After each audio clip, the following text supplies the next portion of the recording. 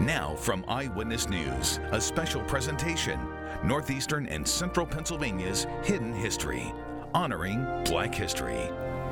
Hello everyone and welcome to our special presentation, Hidden History, celebrating Black History Month. I'm Candace Kelly. And I'm Nick Toma. In the next half hour, we will share stories of people and local history that help shape our area's rich African-American history. We begin with some new history being made in the city of Williamsport and the first African-American mayor taking office. Eyewitness News reporter Morgan Parrish spent some time with Mayor Derek Slaughter. 2020 will go down in history for city government in Lycoming County. It's the year that Mayor Derek Slaughter was sworn into office, the first black mayor of Williamsport. It's a huge responsibility on my shoulders. I understand that, but I look forward to meeting that challenge head on and doing the best job I can here as mayor of Williamsport. A Penn State graduate and member of the first ever College of Information Sciences and Technology graduating class, Mayor Slaughter has always been a leader in the community. He taught math in the Williamsport area school district and is an adjunct professor at Penn College. Having the background in the schools, being a teacher, knowing the families, knowing the community members. And we can't forget about his love for sports. He was the head coach for the Williamsport girls basketball varsity team for 10 seasons. He says it's that investment in the community that plays a role in his day-to-day political life. You know, that motivated me to want to give back to Williamsport. Williamsport has given so much to me, and now I'm in a position where I can give back to Williamsport. Mayor Slaughter also credits his wife Vanessa, his 8-year-old son Jaden, and his 6-year-old daughter Chloe for their strong support and love. First and foremost, I'm a father and a husband, and so each day coming into this job, I realize that that's my main priority. And I have children and a family here that's growing up in this community, and my decisions impact their lives as well. So I keep that in the back of my head, which motivates me. Mayor Slaughter has plenty of community support, especially from City Clerk Janice Frank, who watched him grow up.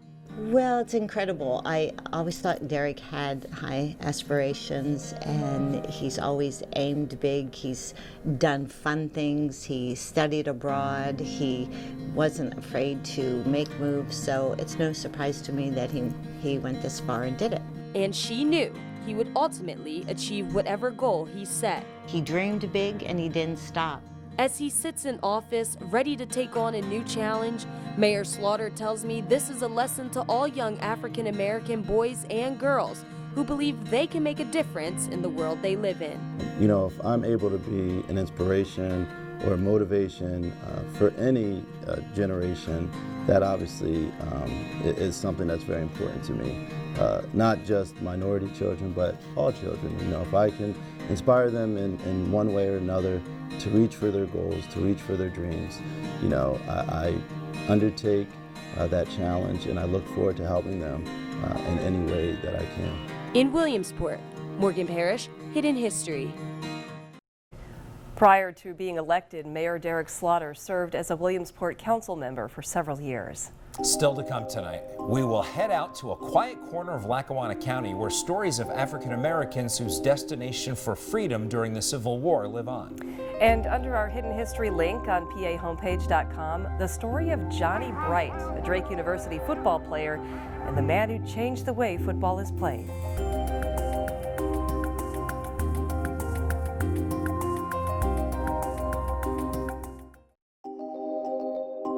The Underground Railroad's secret route to safe houses in the north extended all the way through Canada and made an important stop in northeastern Pennsylvania. And the proof is located on a grassy hillside in Lackawanna County, where those sympathetic to the cause of escapees played a key role in history.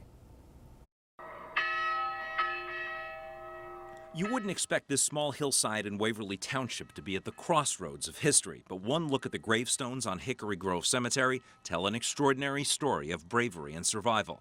This cemetery is one of the oldest African-American resting places in all of Pennsylvania, dating back to 1807, when Waverly was known as Abington Center. Many who are buried here fought and died in the Civil War.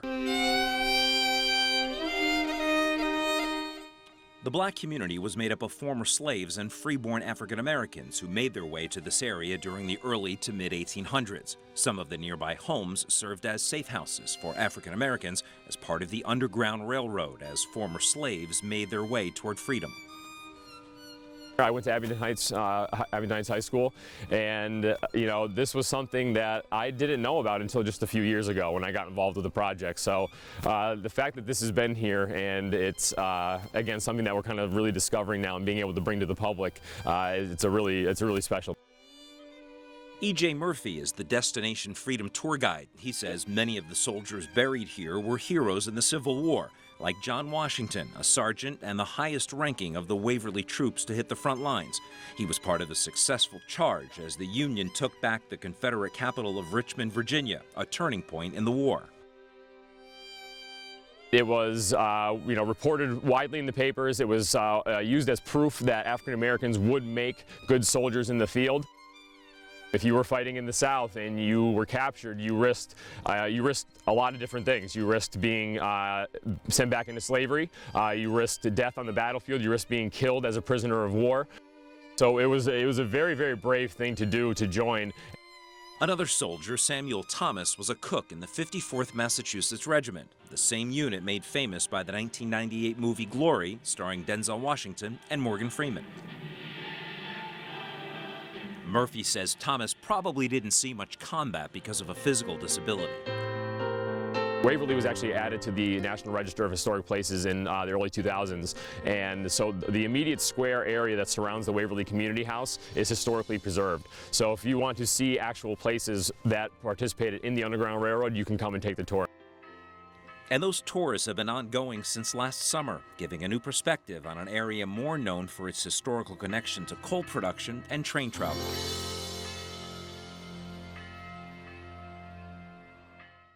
And if you're interested in a tour, simply give the Waverly Community House a call. We have all that information for you on PAHomepage.com.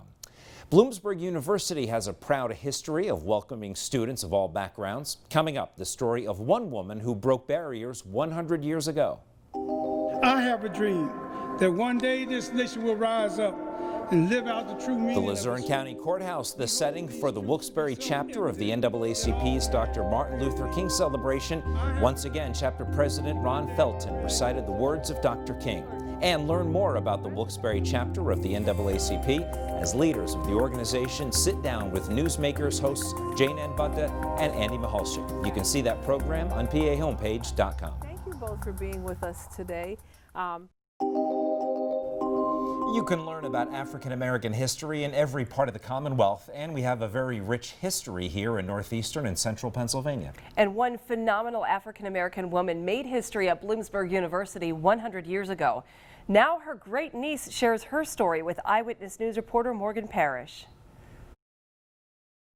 Edith was an exceptional young woman, an exceptional woman, exceptional aunt. Edith Dennis and her cousin Priscilla were the first two African-American boarding students to attend Bloomsburg University as part of the class of 1919. Their story continues to capture the interest of many people, including Bloomsburg University alumni director Nathan Conroy. As an African-American female to be attending any college at the time that they did, and to be the first two African-American boarding students, meaning that they lived on campus while they attended Bloomsburg, was just a terrific opportunity for me to learn a little bit more about Bloomsburg at that time. Some people think we didn't start to do things till the 60s. There's been a long history, going back to the 19th, 18th century, of African Americans seeking education, wanting to better themselves. And that's just what Edith did during her time at Bloomsburg University. They loved their time at Bloom. Edith was very intentional about recording her experience at Bloomsburg in the era of World War I. She maintained a meticulous diary of her time at Bloomsburg. Her great niece, Denise Dennis, cherishes her diaries and her vivid storytelling. When you read that diary, they come to life in real time, and you feel as if it's happening right now. So it's a wonderful chronicle. But what touches Denise the most is Edith's entry about the end of World War I, peace at last. 11th of November, it's in her diary, 1918, peace final, and that the war had ended and there were ringing of bells early in the morning in Bloomsburg, and they all ran out and went downtown. That's very exciting. Denise Dennis often spends time reflecting on her family's history. Her family came to northeastern Pennsylvania in 1793. By way of Connecticut, Edith was born in Wilkes-Barre. They were free African Americans who purchased land, now known as the Dennis Farm in Susquehanna County. It was Edith who made sure the family's land and legacy are preserved for future generations. If Aunt Edith hadn't done that original restoration in 1939 and paid the taxes until she died in 1980 and was able to leave it to her sister, we wouldn't have been able to do this. Edith went on to become a head teacher at the Downey School in Harrisburg and was the director of the Head Start program there. She was also the first to bring audio-visual equipment to a public school in Harrisburg. Rich family history that the Perkins Dennis family has, I think, is truly one of the most impactful alumni stories I've heard in my time here at Bloomsburg. Edith Angeline Dennis, a strong African-American woman and trailblazer who made her mark on northeastern and central Pennsylvania and continues to inspire a new generation. For Hidden History, I'm Morgan Parrish. Denise Dennis is a trailblazer herself as a journalist, author, and teacher. And she's currently working on a book about the Dennis Farm. A church in Monroe County has a proud past, and now a dedicated group of volunteers wants to create a museum to share its hidden history. And now on PAHomepage.com, the story of June Bacon Bursey, a woman who paved an uncharted path for women of color in meteorology, becoming the first African-American woman to be an on-air meteorologist.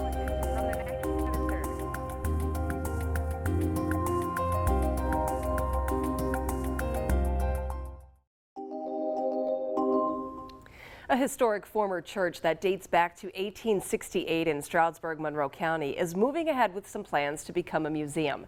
The Historical Association that oversees the building is ready to take the next step in their 17-year journey to reach their goal. Photojournalist Tom Gregory takes us to the Little BethelAME Church.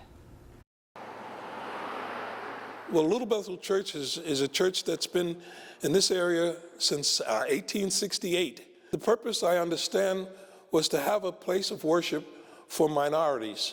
The minority soldiers, or the African American soldiers, had no churches to go to, and they weren't allowed to go to certain churches. So this was built for them to come to. It seems like they're assuming their own direction and leadership, but at the same time it's segregation too. I mean, the members of Little Bethel, a lot of them were interrelated families. I understand that the bodyguards for Lincoln was part of this church.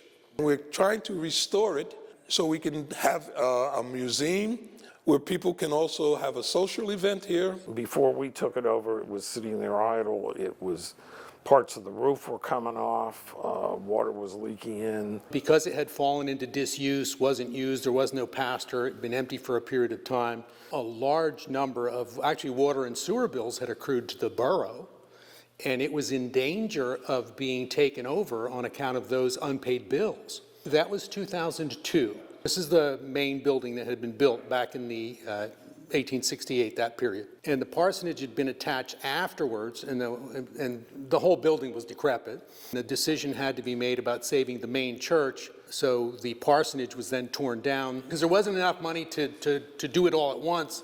So it's been bits and pieces. It's been cleaned out. We've had several functions. If there's people out there that have things that are history to this church, we'd love them to send it to us, get in touch with us. To have it open for historical and for cultural things relating to the African American community. We hope we can get more people involved. This is a good project. It's part of history. It's part of Monroe County. It's part of Stroudsburg. It's part of America. If you would like to help out the Historical Association with a monetary or in-kind donation, we posted more information on PAHomepage.com. Glynis Johns of Scranton is ensuring that the African-American story of Scranton is not forgotten. We'll hear how her project continues to inspire a new generation next on Hidden History. And the Pennsylvania Cyber Charter School in Wilkes-Barre marked Martin Luther King Day with a day of community service. The students made scarves and packed lunches for those in need in the area. And we have much more about this story on PAHomepage.com.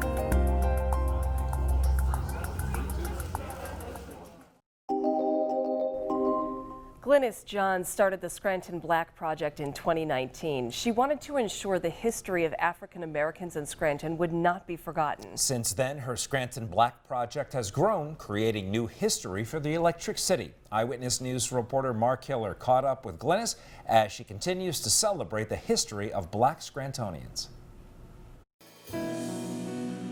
Most, if not all, of the Black community was living in the downtown area. Specifically, what Glynis Johns is talking about is the earliest traces of the African American community in Scranton. For a second straight year, the 26-year-old Scrantonian is the driving force behind a Black History Month pop-up exhibit called Black Scranton Project. Unlike last year when it sprang up at the marketplace at Steamtown, this year it's on display at AFA Gallery.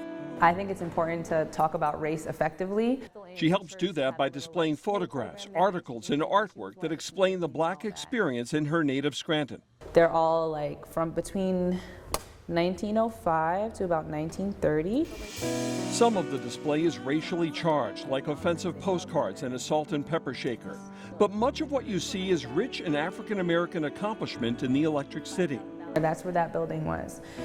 The exhibit brings back from its first year a tribute to an early 20th century Scranton widow who turned a modest hauling business into a huge success. It again acknowledges a 19th century all African American fire company. But there's also the new. He was like a beast, but in the best kind of way. A returning exhibit expands on the life of James Chimesy Williams, a 20th century Scranton-born record-holding powerlifter turned author.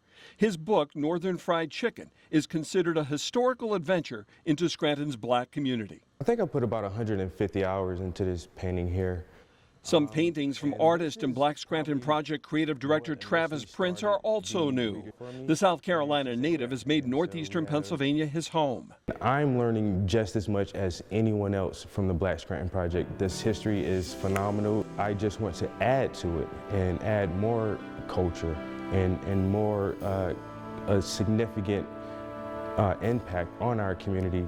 Staking a claim in that community is what Johns says Black Scranton Project is all about. We don't call the Irish Society of Scranton racist, do we? No, because it represents an identity, a culture, and a community. And they also are very open to inviting the community into all of their events and all of their initiatives. And I think the Black Scranton Project is doing the same thing. Johns has been able to make her exhibit work at the pop-up locations each of these 2 years, but she won't be happy until she finds a permanent home. Receiving nonprofit status last Juneteenth should help. It's going to continue to grow. In Scranton for Hidden History, Mark Hiller, Eyewitness News.